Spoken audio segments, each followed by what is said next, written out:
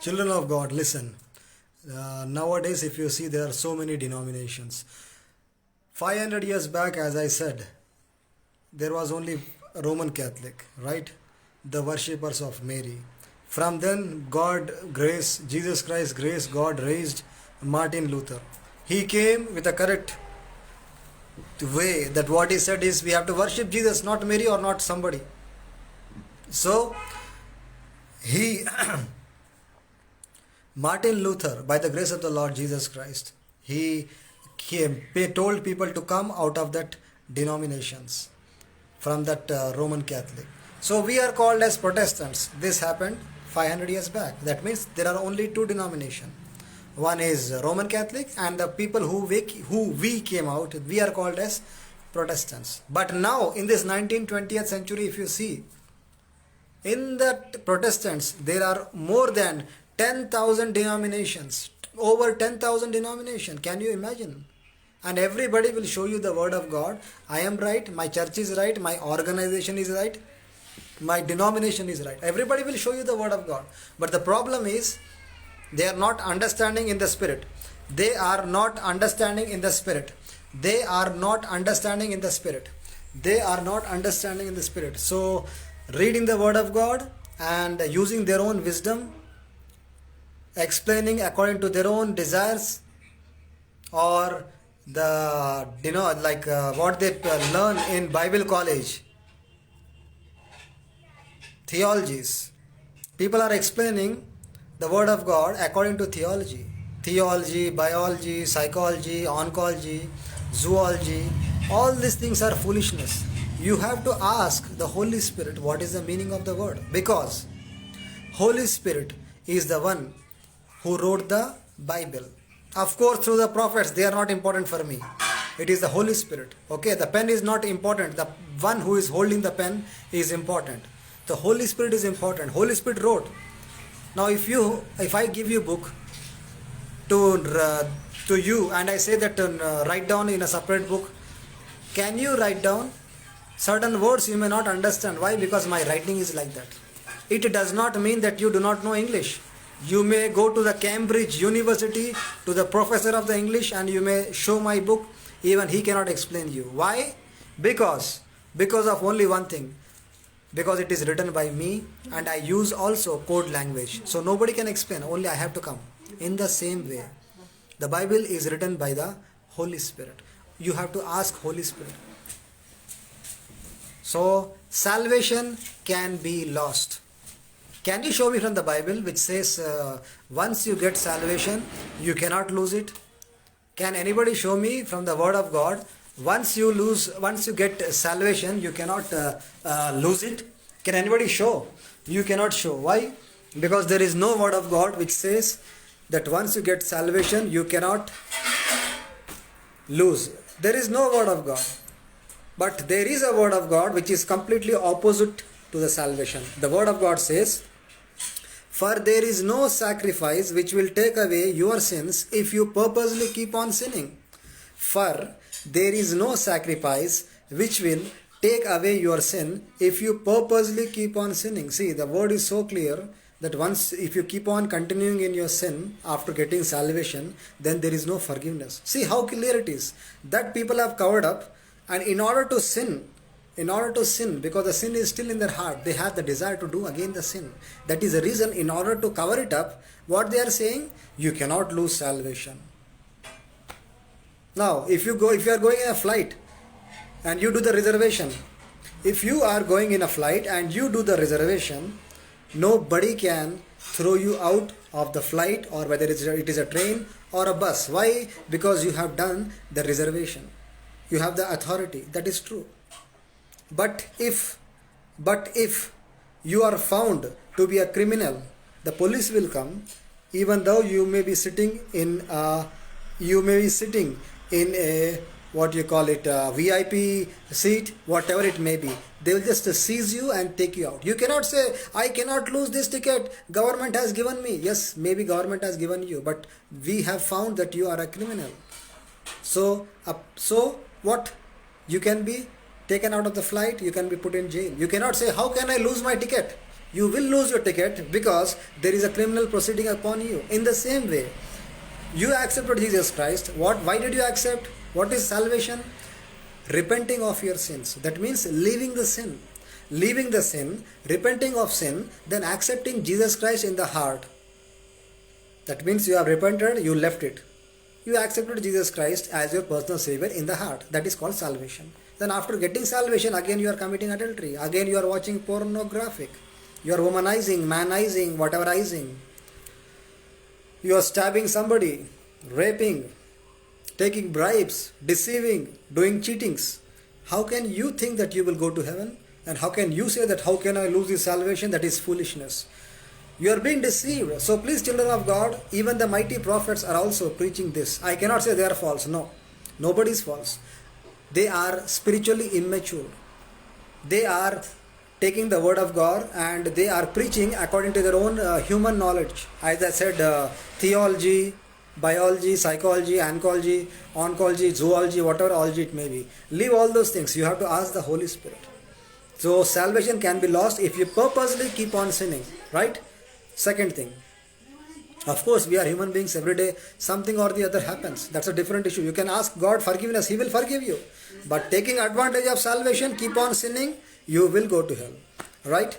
Even the word of God says, if you say anything against the Holy Spirit, you will go to hell. Then where is the salvation? That means there is a limit for salvation. It is true that it is very powerful. It is God shed His blood. But why did He shed? So that you should not sin. You should stop sinning. But you are accepting Christ, again continuing in the sin, and you are saying, how can I lose this salvation? You will lose your salvation because you are rejecting salvation by your continuous sinning. Right? Second thing, people are saying there is no tongues. Can you show me from the word of God which says there is no tongues? Show me one word. Some people will say, no, actually Paul spoke tongues, after that nobody spoke. So what? If Paul spoke, after that nobody spoke, does it mean that tongues are not there? Is it written in the Bible, I am Jesus, I am giving tongues only to 12 apostles, after that nobody will get tongues. If anybody is speaking in tongues, they are false. Is it written like that in the Bible? Show me then. If anybody is speaking in tongues, don't believe, it is false. Is it written in the Bible? Show me.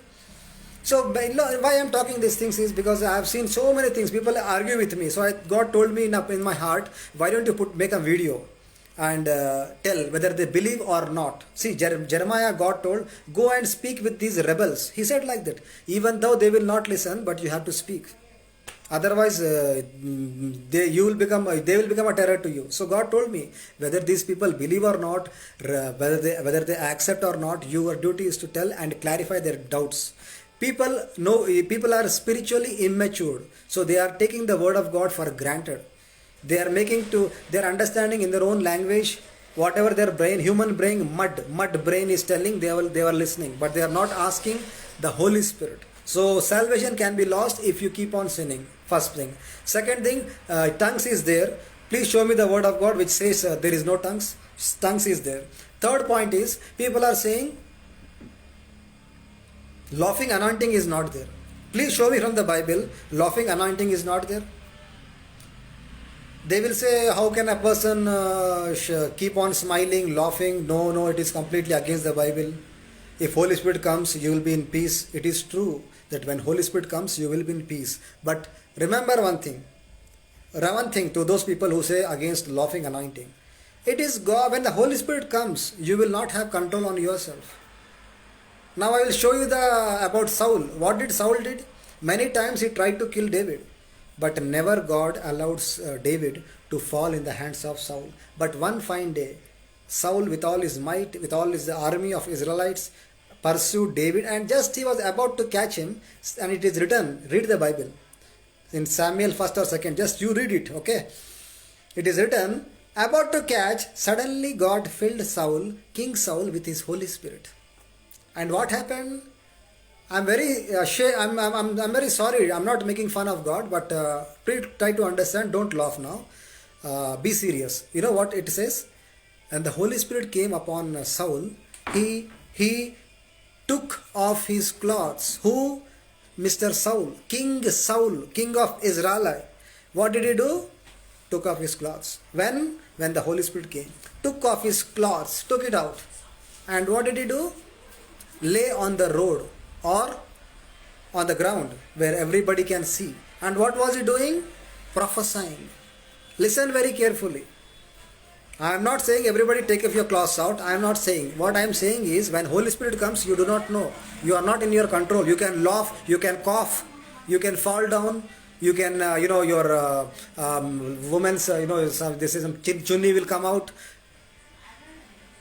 Anything can come out, right? See. You cannot say that is not Holy Spirit, because the Holy Spirit came on Saul. He took off his clothes and he lay naked the whole day. Lay naked on the street where whole area was watching him. It was. I think it would have been a main center. Just imagine Chicago, Washington, Maine, people are watching, and suddenly you take off your clothes and prophesy. I'm not saying like that, but in those days, he took off his clothes and he began to prophesy. How? When the Holy Spirit came. I'm not saying against the Holy Spirit, may the Lord forgive me, but only example I'm telling. Try to understand. When Holy Spirit comes, you will lose control on yourself. People are saying Holy Spirit comes, so they will not clap, they will not do like this. Who are you to tell like that? It is God, His wish, He will lead, He will guide, His wish. You have to submit. Saul took off his clothes and prophesied. So how can you say that laughing is not anointing, it is not from God, it is all devil? No. If you say anything against the Holy Spirit, you will not be forgiven. You will never be forgiven if you say anything against the Holy Spirit. You are not going to get forgiveness if you speak against the Holy Spirit, because it is Holy Spirit. When the Holy Spirit comes, people sometimes they fall down, they may clap, they may dance, they may laughing, anointing, everything is there. You cannot question why it is like this, why it is like that. It is God, it is His wish. Okay, so please, children of God, try to understand. Please listen once more. Salvation is the greatest gift. But by your continuous sin, if you keep on sinning, taking advantage of grace, you will lose it. You will go to hell. Nobody can stop you. Second thing, tongues are there. Because show me the word of God which says tongues is not there. Tongues is there. Okay. Third thing, laughing, anointing also is there. And Holy Spirit means peace. People will not shout. They cannot clap. They cannot fall down. Anointing is nothing is like that. That is your thinking. Because when Holy Spirit came on Saul, as I told you, he took off his clothes and began to prophesy the whole day on naked, lay on the road.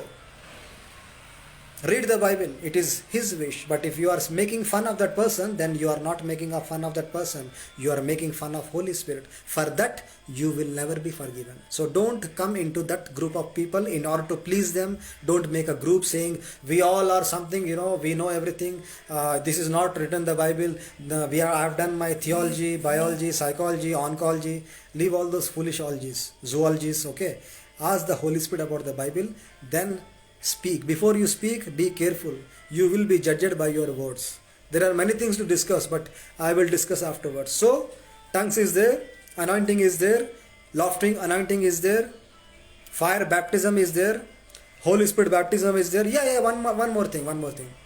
People are saying, what they are saying is, there is no Holy Spirit baptism, there is no fire baptism.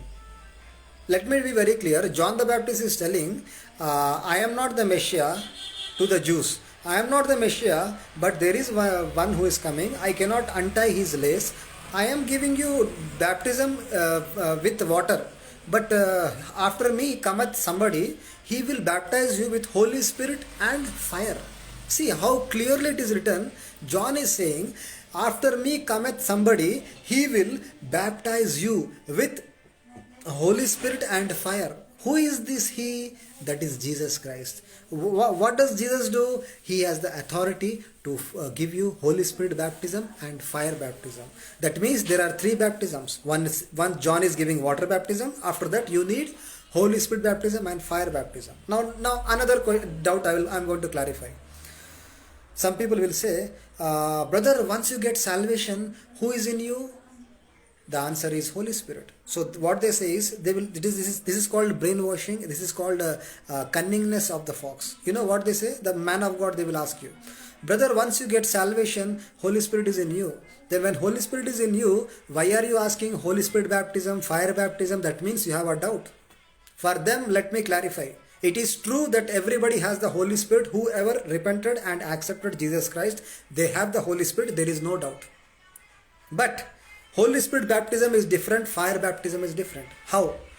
1 cup of water can only quench my thirst in the stomach. 1 cup of water can quench the thirst of my little stomach. But the same cup of water cannot make me to take bath. To take bath, I need full bucket of water. Cup of water is only for stomach. But for my whole body, what do I need? Full bucket of water. So everybody has like a cup of water, Holy Spirit in them. Now you have to increase the presence. I will prove from the Bible. For that you need Holy Spirit baptism, fire baptism. Now once the Holy Spirit is there, why do we need it? Okay, let me tell you from the Bible only. Otherwise you will not understand and you will put dirty comments on me also. No problem. But I will prove you from the Bible. Then you can keep your mouth shut and you can accept the truth. Right. Once the Holy Spirit is there, brother, you have the Holy Spirit. Why are you asking, brother? I will tell you.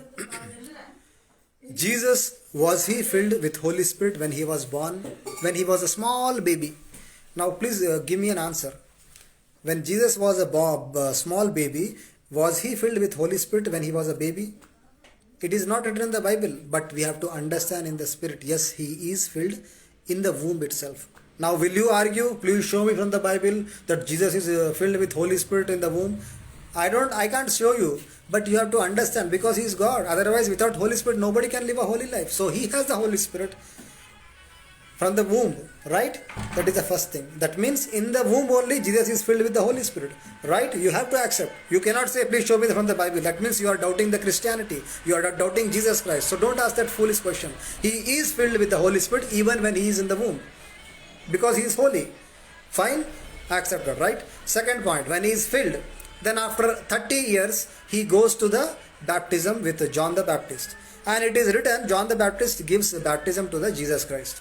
After giving baptism, the heavens opened, the Holy Spirit came like a dove. Dove is not Holy Spirit, okay, but Holy Spirit came like a dove. Now my question is, when he is already filled in the womb with the Holy Spirit, how can the Holy Spirit come? But we have to believe. Why? Because it is written in the Bible. See, first of all, in the womb only he is filled. Second, when taking baptism, again, how is he filled? That is called second level. Second level of anointing. He has the Holy Spirit, but you have to increase the Holy Spirit. You have to increase the presence of the Holy Spirit. Okay? Then after baptism, he goes to wilderness. And after 40 days and 40 nights of fasting, it is written, he comes from the wilderness with full of Holy Spirit. Listen very carefully. First in the womb, Holy Spirit. Second, after taking baptism, again the Holy Spirit is coming. Even though he has the Holy Spirit, the Holy Spirit is coming. That is the second level. Third, after 40 days, you get the spiritual power and he is filled full of Holy Spirit. Then only Jesus could perform the miracles with full of Holy Spirit. So there are 3 levels. The devil knows this thing. The devil is a cunning fox. So what the devil is doing? Oh, these children of God should not grow in God. So let me go and deceive the prophets. Let me go and deceive the pastors by saying, once you have the Holy Spirit, don't ask. Why? Because the devil knows if the presence of God increases in you, then the kingdom of darkness is going to be shattered. The kingdom of darkness is going to be shattered. The kingdom of darkness is going to be shattered if you are filled more with the Holy Spirit. The devil knows. In order to stop you, it cannot stop you. So what it does, it will make you to believe, see, you got salvation. Holy Spirit is in you. So don't ask Holy Spirit again. This is deceiving you. But whereas the truth is, you have to increase the presence.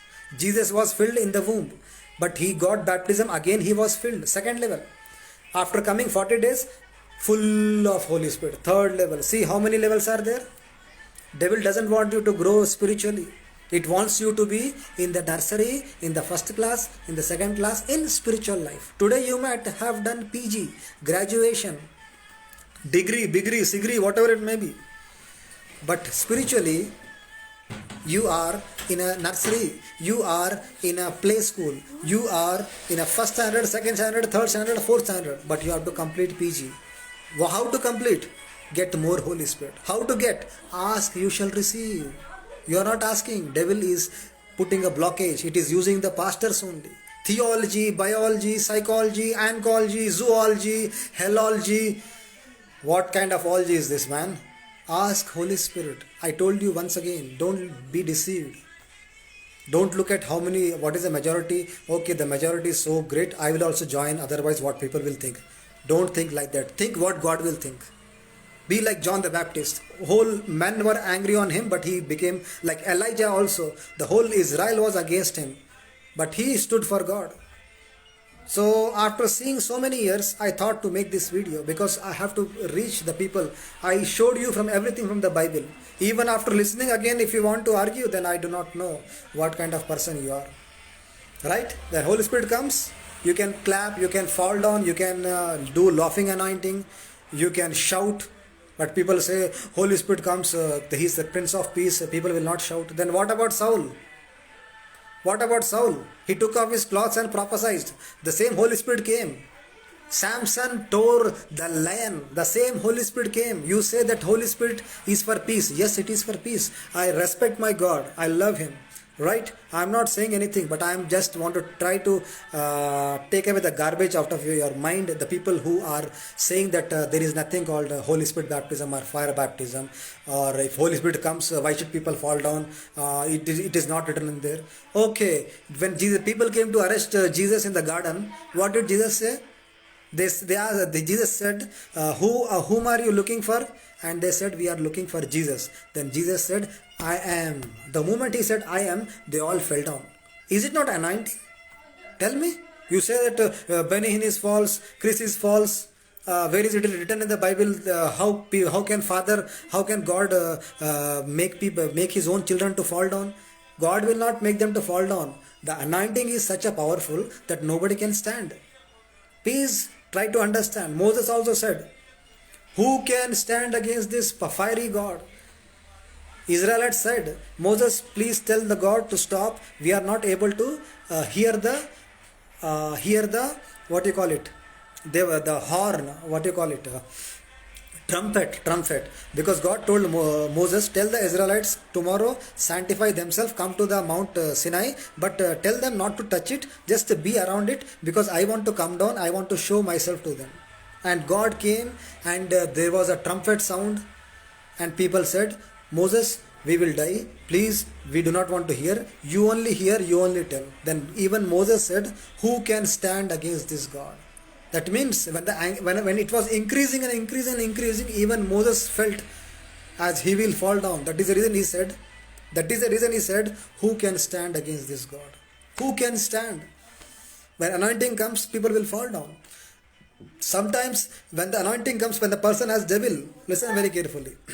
When the devil leaves out, that also they fall down. Anointing comes, that also fall down. But don't say this is false, this is not written in the Bible. See, Jesus said, whom are you looking? I am Jesus of Nazareth, arrest me. The moment he said, I am, they all fell down. All the Roman soldiers fell down. Is it not anointing? He said, I am. Who is that I am? Jehovah. Can you arrest Jehovah, the creator of the universe? Who do you think that you are? Roman soldiers, when God said, I am, they all fell down. The same I am when he comes in Benny Hinn, the same I am when he comes in Chris or in any other prophets, when they raise hand and anointing flows, definitely you will fall down. But it does not mean that this is wrong.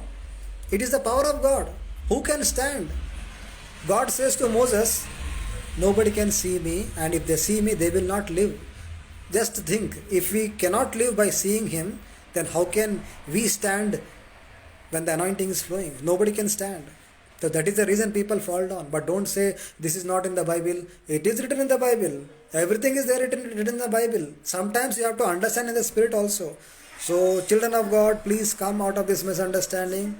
And hallelujah, praise the Lord. There is many things to discuss, but I think This should be enough. Let me make another video.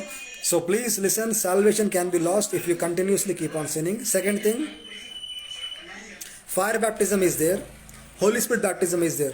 Some people are arguing fire baptism means people who will be thrown in the hell, that is called fire baptism. No. And some people are arguing, how can a father burn his own children? He cannot burn. So there is nothing called fire baptism. Let me be very clear. Jesus appeared to Moses in the burning bush. It was full of fire. But you tell me, you read the Bible and give me an answer in the comment.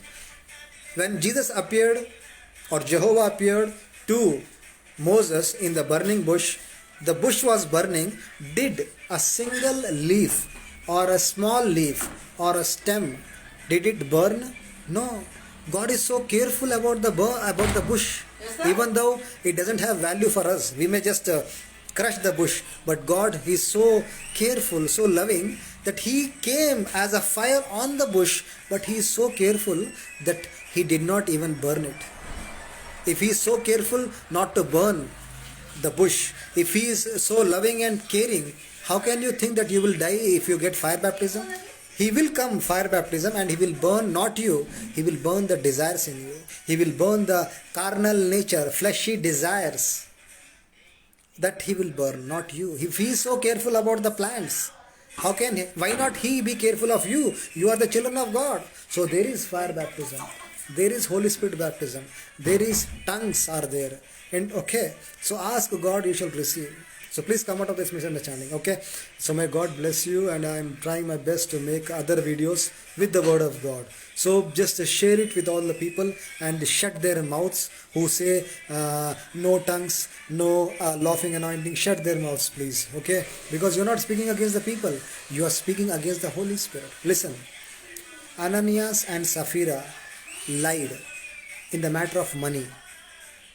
And what did they get? Were they not killed? Then where is the salvation gone? You say salvation cannot be lost. Where is the salvation? You know why? It is not because of money they were killed. Because Peter said, you have lied to the Holy Spirit. But they lied to Peter, no? They lied to Peter. They told lies to Peter. But what Peter is saying? Peter is saying, you lied to Holy Spirit. What does it mean? You have to understand. Who is in the Peter? Holy Spirit. So they are not talking to Peter, they are talking to Holy Spirit. And they are lying to Holy Spirit. They are thinking that I am lying to the man of God.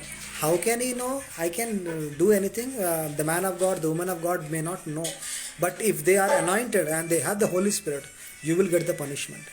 In the same way, if you say this prophet is false, that prophet is false, that means you are not saying to the prophet, you are saying to the Holy Spirit, be careful.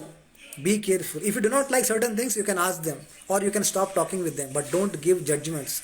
This is false. Because Jesus never gave an answer to Jews. But once Jews told Jesus, are we not right in saying that you are a Samaritan and you have a devil in you? Listen very carefully.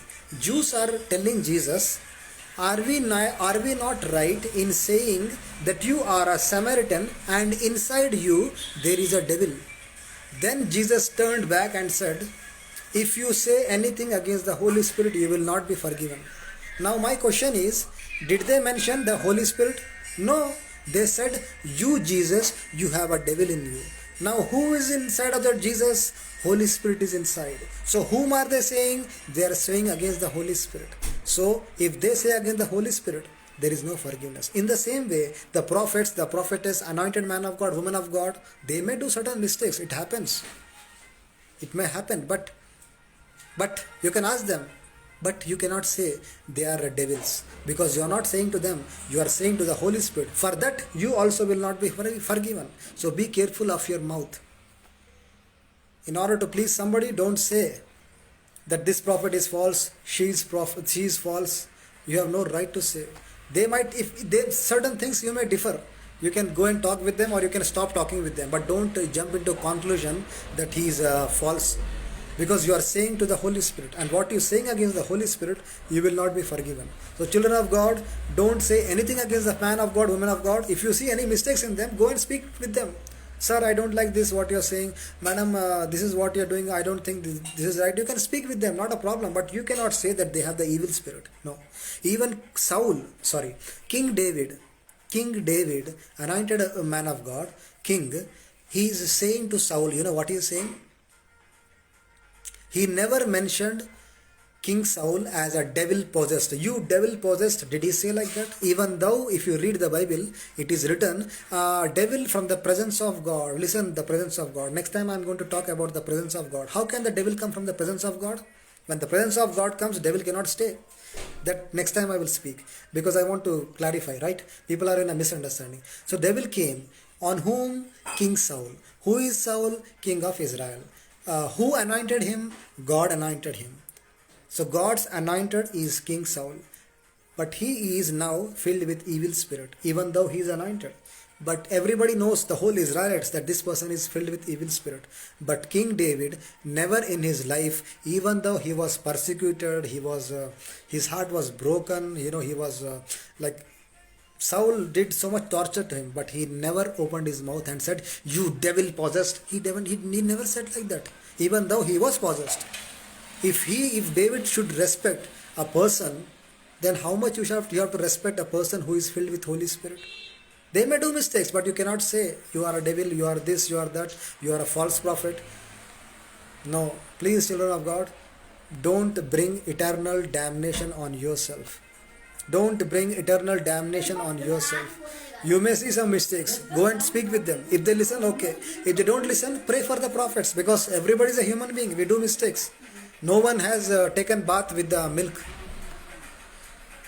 Hallelujah. పాలతోని ఎవరు స్నానం చేయలేదు.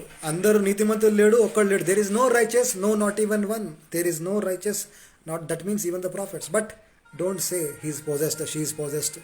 Don't say they are false. Okay, read the word of God.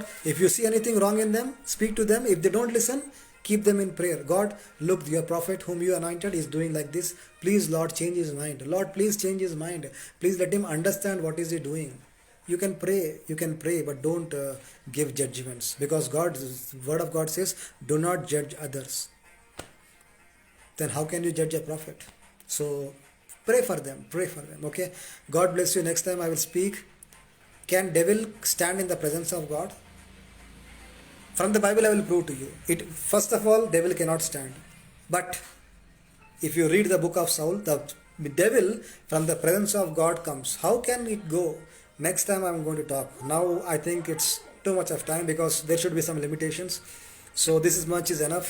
I'll try my best to speak many things, and you can share with people, so that these foolish denominations will, all the 10,000 denominations in the Christianity will become one.